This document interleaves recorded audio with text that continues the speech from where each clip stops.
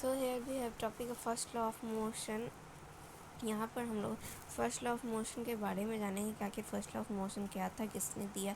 और इससे पहले जानने से पहले हम लोग गैलीलियो का एक थ्योरी है जिसमें गैलीलियो ने कुछ आर्ग्यूमेंट्स दिए थे, उसके बारे में पढ़ेंगे। By observing the motion of object on an inclined plane, Galileo deduced that object move with a constant speed with no force acting on them।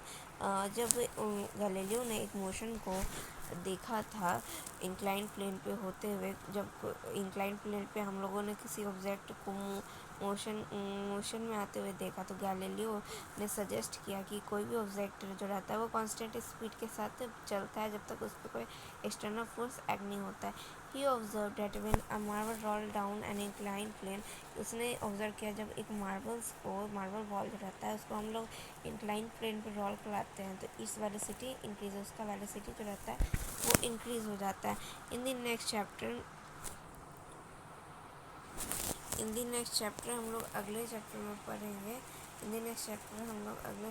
पढ़ेंगे। कि you will learn that the marble fall under unbalance force. हम लोग marble जो रहता है वो एक unbalance force के थ्रू गिरता है, ग्रेविटी के कारण वो पड़ने वाला है। And attains a definite velocity by time reaches the bottom. और एक डिफिनिट वेलोसिटी टाइम रहते हैं, एक डिफिनिट वेलोसिटी को भी अटेन कर लेता है जब वो बॉटम तक जाता है। Then here we have a topic figure 9.5. You can see the figure that is 9.5 in which marble rolls down inclined plane. Figure 9.5 shows a marble resting on an ideal frictionless plane inclined on both sides। 9.5 में show करता है कि marble जो रहता है वो किसी भी मार्बल जो रहता है marble resting on an ideal frictionless plane inclined to both sides। जब मार्बल हम लोग रेस्ट करते हैं कोई भी आइडियल फ्रिक्शनलेस प्लेन पे इंक्लाइन पे बोथ साइड्स से, Galileo argued that when the marble is released from left it would roll down the slope and go on the opposite side to the same height from which it is released। Galileo ने argue किया कि जब हम लोग marble को छोड़ते हैं left के साइड से तो वो रोल डाउन होता है और उसके अपोजिट साइड जाकर एकदम सेम हाइट से रिलीज़ हो जाता है, निकल जाता है। उसका जो साइड रहता है वो अपोजिट हो जाता है। लेफ़्ट से हम लोग डालते हैं तो वो राइट की तरफ चल जाता है रोल होते होते। It would opposite side to the same height, और उसका हाइट जो रहता है वो सेम रहता है व्हेन इट इज़ रिलीज, हम लोग उसको रिलीज़ करते हैं। It is inclination of the planes if inclination of the plane on both sides are equal. जब इंक्लाइनेशन जो रहता है प्लेन का दोनों साइड से इक्वल रहता है तो मार्बल जो रहता है वो क्लाइम अप क्यों नहीं कर पाता है उसी स्पीड के साथ रोल, जिस तरह से वो रोल डाउन हो जाता है जिस वेलोसिटी के साथ। जब ऊपर से नीचे आराम से रोल डाउन होके आ जाता है तो नीचे से ऊपर की तरफ वो क्यों नहीं जा पाता है। तो यही सवाल था गैलीलियो का। If angle of inclination of right side plane were gradually decreased then the marble would travel further distance till it reaches the original height। जब हम लोग उस इंक्लाइन प्लेन के एंगल राइट साइड प्लेन को उसका angle जो रहता है वो थोड़ा कम कर देते हैं, उसके बाद भी मार्बल को सेम मार्बल के साथ सेम एक्टिविटी करते हैं और उसका डिस्टेंस जो रहता है वो उसका डिस्टेंस जो रहता है वो बढ़ जाता है थोड़ा सा, तो वो अपने ओरिजिनल हाइट तक चला आता है। If the right side plane where ultimately made horizontal, that is the slope is reduced to zero, the marble would continue travel further trying this reach the height at it from release। जिस तरह से हम लोग नीचे के ऊपर से तरफ से नीचे आराम से इसको बॉल को छोड़ते तो चला जाता है, उसी तरह से नीचे से ऊपर की तरफ सेम हाइट के साथ क्यों नहीं वो जा पाता है और उसका अनबैलेंस फोर्स जो रहता है वो जीरो क्यों रहता है, अनबैलेंस फोर्स जो रहता है वो अलग अलग क्यों रहता है। The unbalance force on the marble in this case are zero. और जो अनबैलेंस फोर्स जो रहता है मार्बल पे वो अभी के टाइम में इस केस में जीरो रहता है। If this suggest an unbalance external force, अगर हम लोग सजेस्ट करेंगे ऊपर से एक अनबैलेंस एक्सटर्नल फोर्स डालने की इज़ रिक्वायर्ड, तो वो उसके मोशन में चेंज आ सकता है। But no net force is need to sustain the uniform motion of the, लेकिन कोई भी नया सा फोर्स डालने को उसके ऊपर से ज़रूरत नहीं है ताकि मार्बल का मोशन में चेंजिंग आए। In the practical situation it is difficult to achieve the zero and balance force, लेकिन अगर ये प्रैक्टिकल सिचुएशन में बहुत ही कठिन है कि हम कोई भी ऑब्जेक्ट का उसका जीरो एंड बैलेंस फोर्स पे ला सके। ये इसलिए क्योंकि यहाँ पे फ्रिक्शनल फोर्स जो रहता है वो हमेशा अपोजिट डायरेक्शन में कोई भी ऑब्जेक्ट पे लगता है। This in practice the marble stop after travelling some distance, इसीलिए जो मार्बल रहेगा वो किसी न किसी डिस्टेंस पे जाकर आखिरकार रुकेगा। The effect of the frictional force में be minimise by using smooth marbles, और जो इफेक्ट रहेगा वो फ्रिक्शनल इस फोर्स का वो हम लोग कम कर सकते हैं, मतलब ज़्यादा डिस्टेंस उसको ट्रैवल करवा सकते हैं बाई दी स्मूथ मार्बल या फिर स्मूथ प्लेन। या तो स्मूथ मार्बल रहना चाहिए या फिर स्मूथ प्लेन रहेगा तो हम लोग उसका फ्रिक्शन जो रहेगा वो कम लगेगा वॉल पे और वो ज़्यादा डिस्टेंस ट्रैवल करेगा। Now our next topic that is Newton further studies. अब यहाँ पर हमारा आ गया न्यूटन का चैप्टर। न्यूटन ने क्या कहा? Newton further studies Galileo ideas on force and motion and presented three fundamental laws that are govern the motion of object. Newton ने गैलीलियो के स्टेटमेंट को आइडियाज़ को पढ़ा मोशन के बारे में, एंड उसने तीन फंडामेंटल लॉज को दिया और गवर्न किया ऑब्जेक्ट मोशन को।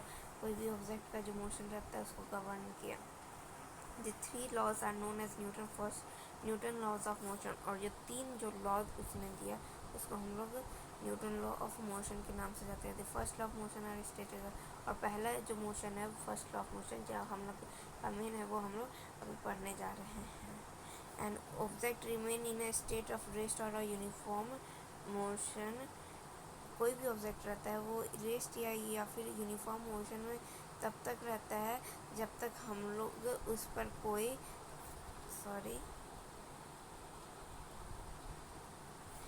कोई भी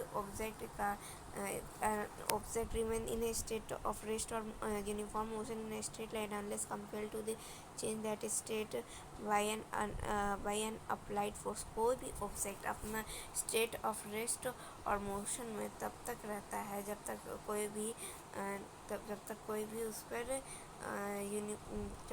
उस पर एक्सटर्नल फोर्स नहीं लगता है। जब तक उस पर कोई एक्सटर्नल फोर्स नहीं लगता है तब तक चाहे वो रेस्ट में रहे या फिर मोशन में रहे वो अपने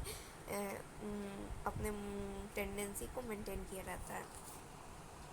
तो यही स्टेटेड किया था फर्स्ट लॉ ऑफ मोशन। कहने का मतलब है कि अगर हम कोई भी कार है वो अपने मोशन में है तो जब तक उस पर कोई एक्सटर्नल फोर्स नहीं लगेगा उसका ना स्पीड चेंज होगा ना वो रुकेगा। जब तक उस पर एक्सटर्नल फोर्स नहीं लगाएंगे हम लोग वो मूव करते रहेगा।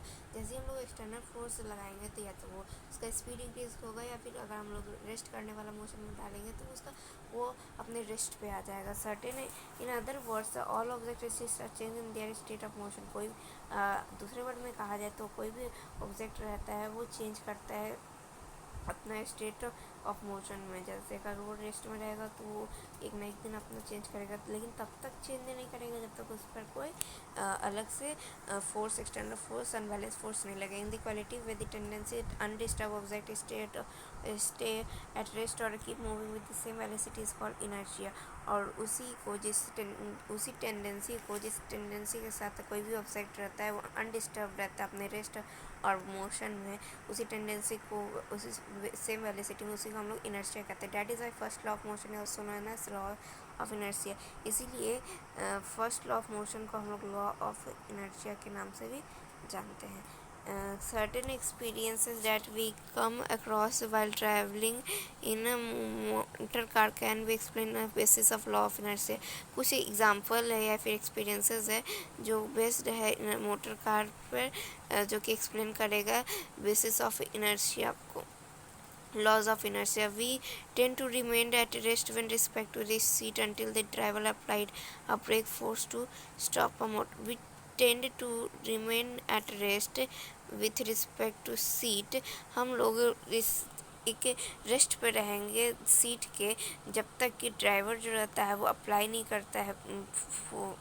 करता है फोर्स ब्रेक पे ऊपर मोटर कार को स्टॉप करने के लिए। मतलब कि एक कार में हम लोग बैठे हुए हैं, वो चल रहा है और हम लोग सीट के रिस्पेक्ट में तो हम लोग रेस्ट में है, लेकिन कार के रिस्पेक्ट में तो वो मूव कर रहा है। तो जब तक मूव नहीं करता, जब तक ये कार मूव करते रहता है, लेकिन हम लोग जो रहते हैं वो रेस्ट में रहते हैं। और कार को जैसे ही स्टॉप किया जाता है, क्या बोलते हैं, हम लोग भी अपना स्टॉप ही रहते हैं। With the application of brake the car slows down but our mobility tends to continue the same state motion. लेकिन जैसे ही एप्लीकेशन जो रहता है वो स्टॉप होता है मोटर कार का, तो एप्लीकेशन जो रहता है वो ब्रेक लगाता है जैसे ही ड्राइवर, तो हमारा कार जो रहता है वो धीरे धीरे स्लो होने लगता है। लेकिन हमारा बॉडी जो रहता है वो सेम फ्लो में रहता है। मतलब कि कार सीट के रिस्पेक्ट में तो वो रेस्ट में रहेगा, लेकिन कार के रिस्पेक्ट में वो मोशन में रहता है। तो वो धीरे धीरे जो हमारा बॉडी भी जो रहता है अपना सेम स्टेट रखने के लिए वो आगे की वो The car slows down, our body tend to continue same state of motion because of its inertia। हमारा बॉडी भी ये जो धीरे धीरे आगे या पीछे अपना मोशन को, अपने मोशन ऑफ रेस्ट या मोशन को रखने के लिए, inertia of rest, inertia of motion रहने के लिए वो उसी स्टेट में रहता है। सडन एप्लीकेशन ऑफ ब्रेक में काउज इंजरी टू अस। और एक सर्टेन ब्रेक जो रहता है वो हमको बहुत ही ज़्यादा इंजरी भी कर देता है कभी कभी। That's all for first law of motion. Thanks.